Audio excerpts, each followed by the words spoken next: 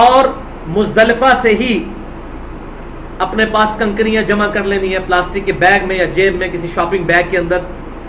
49 کنکریاں مارنی ہوتی ہیں 3 دنوں میں، لیکن احتیاطاً 55-60 تک جمع کر لیں تاکہ اگر کوئی نشانہ خطا جائے، ویسے جاتا نہیں ہے لیکن کوئی کنکری گر جائے تو آپ کے پاس فالتو کنکریاں ہونی چاہیے، ورنہ اتنی دور واپس 5-6 کلومیٹر کون آئے۔ جمرہ عقبہ کو رمی کرنے کے دن صبح کے وقت رسول اللہ صلی اللہ علیہ وآلہ وسلم اپنے اونٹنی پر سوار تھے۔ تب آپ صلی اللہ علیہ وآلہ وسلم نے فرمایا مجھے کنکریاں چن دو۔ آپ صلی اللہ علیہ وآلہ وسلم کو 7 کنکریاں چن دی گئیں جو انگلی میں پکڑ کر پھینکنے کے قابل تھیں۔ اب یہاں سے یہ بات معلوم ہوتی ہے کہ آپ صلی اللہ علیہ وآلہ وسلم کے لیے کنکریاں 10 ذو الحجہ کی صبح چنی گئیں، اور یہ بھی احادیث سے ملتا ہے کہ وادی محصر میں اترنے کے بعد یا وادی محصر سے اتر کر جب مینا میں داخل ہوئے،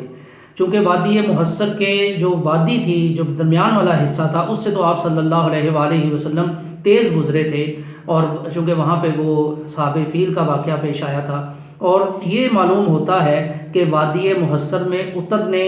یعنی کہ جب وہ شروع ہوئی اس کے بعد یا پھر وادی محصر سے اتر کر جب مینا میں داخل ہوئے تو اس وقت کنکریاں چنی گئیں، اور جیسا کہ پچھلی حدیث میں وہ